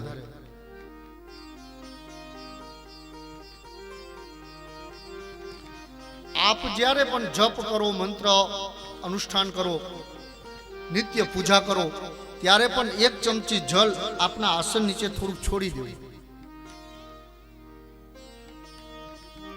નહીં તો સક્રમ હરતી સર્વદા, નહીં તો એ પુણ્ય એ પણ ઇન્દ્ર લઈ જાય છે. ગૌમુખી ફાવતી નથી એવું વિચારી અને ખુલ્લી માળાથી જપ કરવામાં આવે, એનું પુણ્ય પણ સીધું ઇન્દ્ર આગળ જાય છે. માળા કરતી વખતે તમારી માળા પૃથ્વીની અંદર અડે છે, પૃથ્વી ઉપર અડે છે, એ ફળ પણ આપણે મળતું નથી. માળા કરતી વખતે માળા ખખડાવે, અવાજ કરે, આને શાસ્ત્રોમાં માળા રુદન કહેવાય કે માળા રડે છે, માળાનો અવાજ.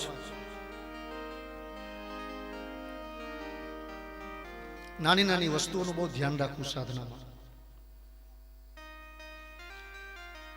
હવે વ્યાસજીને વિચાર આવ્યો કે શિવજીએ મને આશીર્વાદ તો આપ્યા કે તેજસ્વી અને જ્ઞાની પુત્ર આપને પ્રાપ્ત થશે, પણ સ્ત્રી વગર આ પુત્ર રત્ન મને કઈ રીતે પ્રાપ્ત થાય?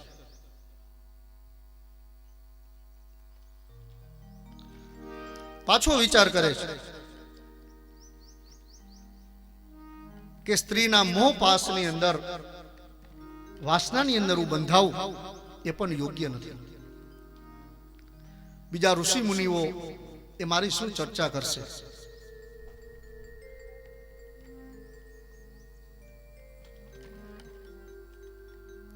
બહુ વિચાર કર્યો. એવામાં વ્યાસજીના આશ્રમની અંદર એક ઝાડ ઉપર ફરતા ફરતા ધ્રુતાચી નામની અપ્સરા આવી અને વ્યાસજીને દર્શન આપ્યા. અપ્સરાનું સ્વરૂપ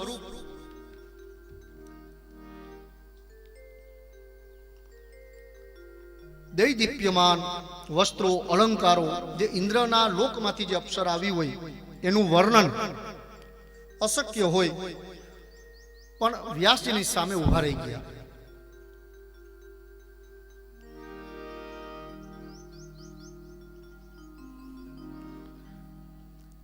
થોડી વારે વ્યાસજી પોતાને સંભાળી અને વિચાર્યું કે પુત્રની લાલસા માટે હું આ માર્ગમાં આવ્યો છું, પણ બીજા ઋષિઓ સંતોએ મારું હાંસી ઉડાવશે.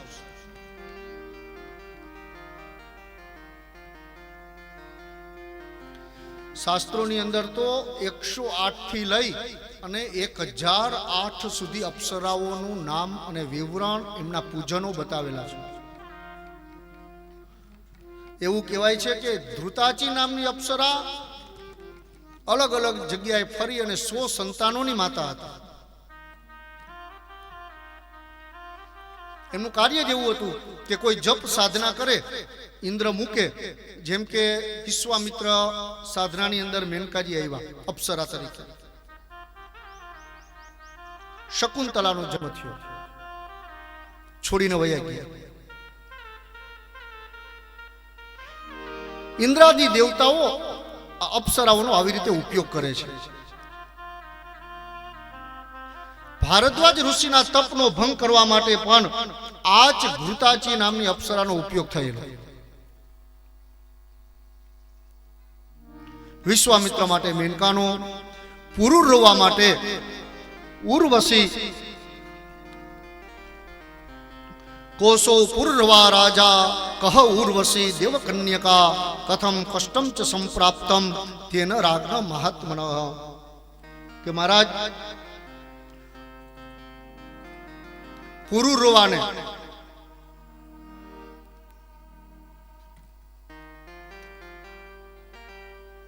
કઈ રીતે એનો મોહ ભંગ થયો એ સંભળાવો.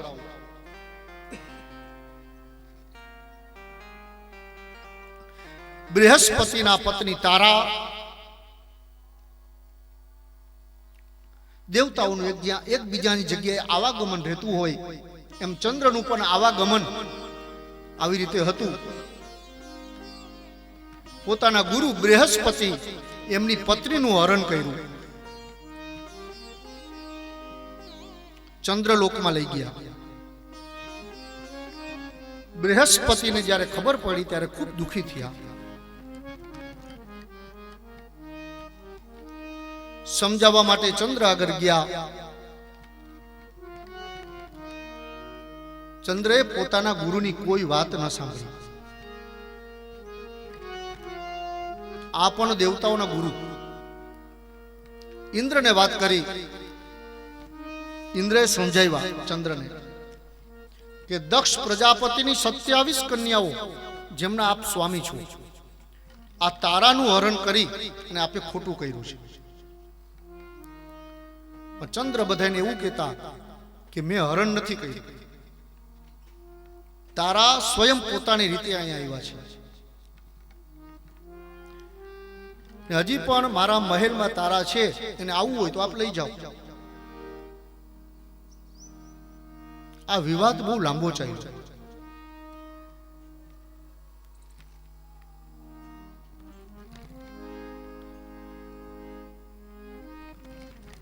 દૂત દ્વારા ઇન્દ્ર દ્વારા સમજાવવામાં આવ્યા. ચંદ્ર કોઈનું સમજતા નથી, માનતા નથી.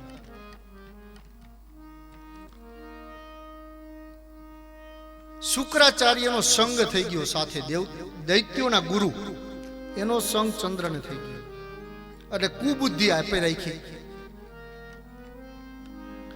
એક બાજુ દેવતાઓ કેવા લાગ્યા કે રાજપત્ની ગુરુર પત્ની ભાતૃપત્ની તથૈવ ચ પત્ની માતા સ્વમાતા ચ પંચેતે માતર સ્મૃતા. કે ચંદ્ર રાજપત્ની, રાજાની પત્ની છે, એ આપણી માતા સમાન હોય. ગુરુર પત્ની આપણા ગુરુદેવની પત્ની, એ પણ આપણા માતા સમાન છે. ભાતૃપત્ની તથૈવ ચ જ્યેષ્ઠ ભ્રાતા, એમની પત્ની એ પણ આપણા માતા સમાન છે. પત્ની માતા, સ્વમાતા, પત્ની માતા એટલે આપણા સાસુ અને સ્વમાતા એટલે આપણી જનેતા. આ પાંચે પાંચને યોગ્ય આદર અને સન્માન કરવું આ શાસ્ત્રોમાં બતાવ્યું. પિતા તુલ્ય કેટલા, કે કેને પિતા જેટલું આપ માન અને સન્માન આપવું જોઈએ.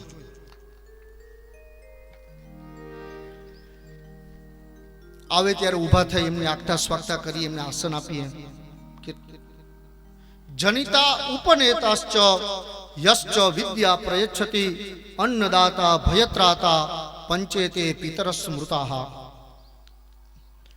આપણે જન્મ આપનાર આપણા પિતા, ઉપનેતા બ્રાહ્મણોને યજ્ઞોપવિત સંસ્કાર કરનાર, યશ્ચ વિદ્યા પ્રયચ્છતિ આપણે જ્ઞાન આપનાર, અન્નદાતા આપણું પોષણ કરનાર, અને ભયત્રાતા ભયમાંથી મુક્ત કરાવનાર. આ 5 વ્યક્તિઓને પિતા તુલ્ય માન અને સન્માન આપવું જોઈએ. આ બધું ઘણા દેવતાઓએ ચંદ્રને સમજાયું. ચંદ્ર સમજતા નથી. હવે ઇન્દ્રએ યુદ્ધની તૈયારી શરૂ કરી. શુક્રાચાર્ય બૃહસ્પતિની સાથે વૈર ભાવ હોવાથી ચંદ્ર સાથે વધારે સંમિલિત થઈ ગયા. જ્યાં સુધી શુક્રાચાર્યની બાજુમાં ચંદ્ર છે ત્યાં સુધી ચંદ્ર કોઈનું સાંભળતો નથી.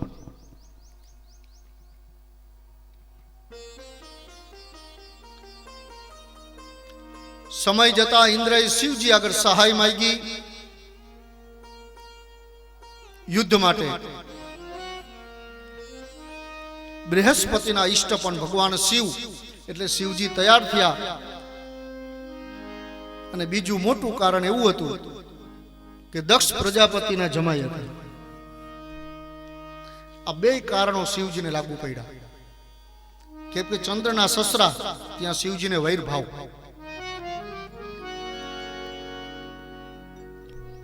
એટલે પ્રત્યક્ષ નહીં પણ મારી જે જગ્યાએ આપણે આવશ્યકતા પડે એ બધું હું પુરવાર કરી આપીશ. અને યુદ્ધ ચાલુ થયું. ચંદ્ર પણ સબળ કે દેવતાઓની સામે યુદ્ધ કરવા માટે મંડાઈ ગયા. હવે બ્રહ્માજી સમજાવવા માટે આવ્યા. સાત્વિક, રાજસિક અને તામસિક ત્રણેય વિચારોથી સમજાવ્યા. આ અયોગ્ય છે, આપણે કરવું ન જોઈએ. આ દેવતાઓને શોભા ન આપે. આ સાત્વિક વિચાર.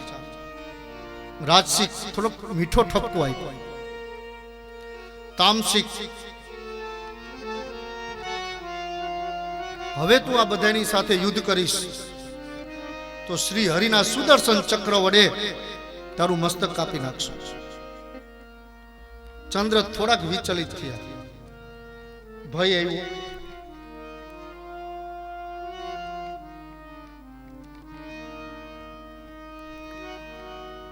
બ્રહ્માજી સમજાવે કે તારા પિતા અત્રિ આગળથી હું પૂછીને આવ્યો છું, તું એનું સન્માન પણ કરતો નથી. પણ આ અયોગ્ય કાર્ય તે કર્યું છે, તું તારાને મુક્ત કરી દે.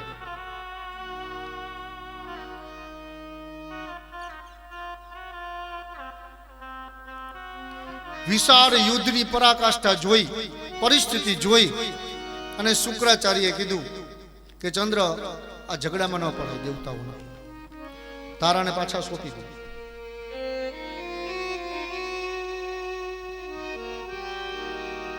બૃહસ્પતિ બહુ અફસોસ કર્યો કે ચંદ્ર તું મારો શિષ્ય થઈ અને સ્વર્ગની અંદર હું રહી ન શકું, મને સંકોચ થાય એવું કાર્ય તે કર્યું છે. મારે પૃથ્વી ઉપર રહેવું પડશે.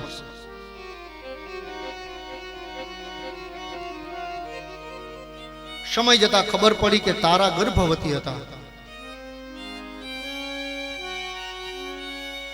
9 માસે બાળકનો જન્મ થયો. જાત કર્માદિ સંસ્કાર બૃહસ્પતિએ કર્યા. એ પુત્રનું નામ એટલે બુધ. બાળકનો જન્મ થયો. ચંદ્રને ખ્યાલ આવ્યો એટલે ચંદ્ર આવ્યા, કીધું કે આ સંતાન મારું છે.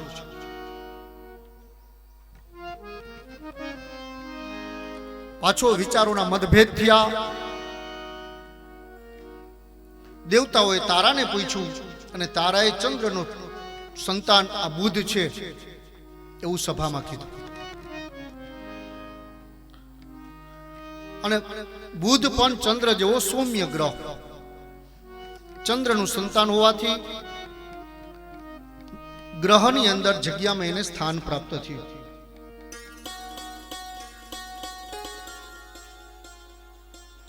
આજે પણ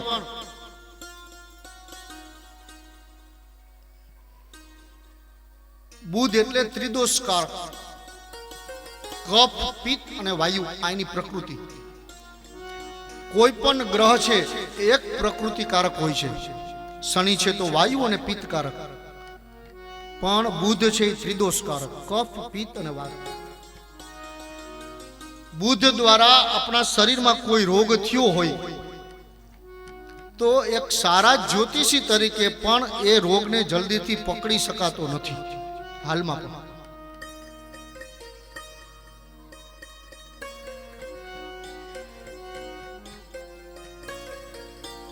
ભૂત પ્રેતાદિકનો સંકેત કરે છે બુધ. કેટલા સંતાનો ગર્ભની અંદર મૃત્યુ પામ્યા એની સચોટ સંખ્યા એ પણ બુધના માધ્યમથી જ આપણે પ્રાપ્ત થાય છે.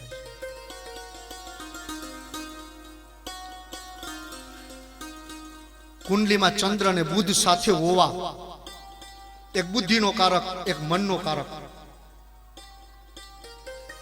એટલે ચોક્કસ કોઈ સંશોધિત વ્યક્તિ, સમાજને નવું આપનાર વ્યક્તિ હોય,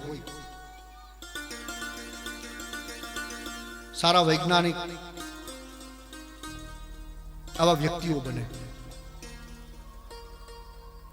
નૂતન આવિષ્કાર કરે. 5-10 મિનિટ માટે આપણે આ ચર્ચામાં થોડોક સમય લેશું. પોતાની માતાનું તારાનું ચંદ્ર હરણ કરી ગયેલ એટલે આજે પણ બુધ ચંદ્રને પોતાનો શત્રુ સમજે છે.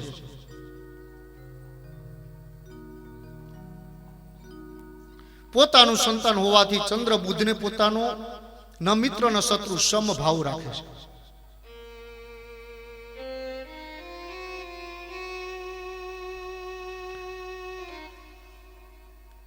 બુદ્ધજન્ય રોગ શરીરની અંદર બુદ્ધ દ્વારા થતા કુંડલીમાં રોગ પકડવા બહુ અઘરા હોય છે.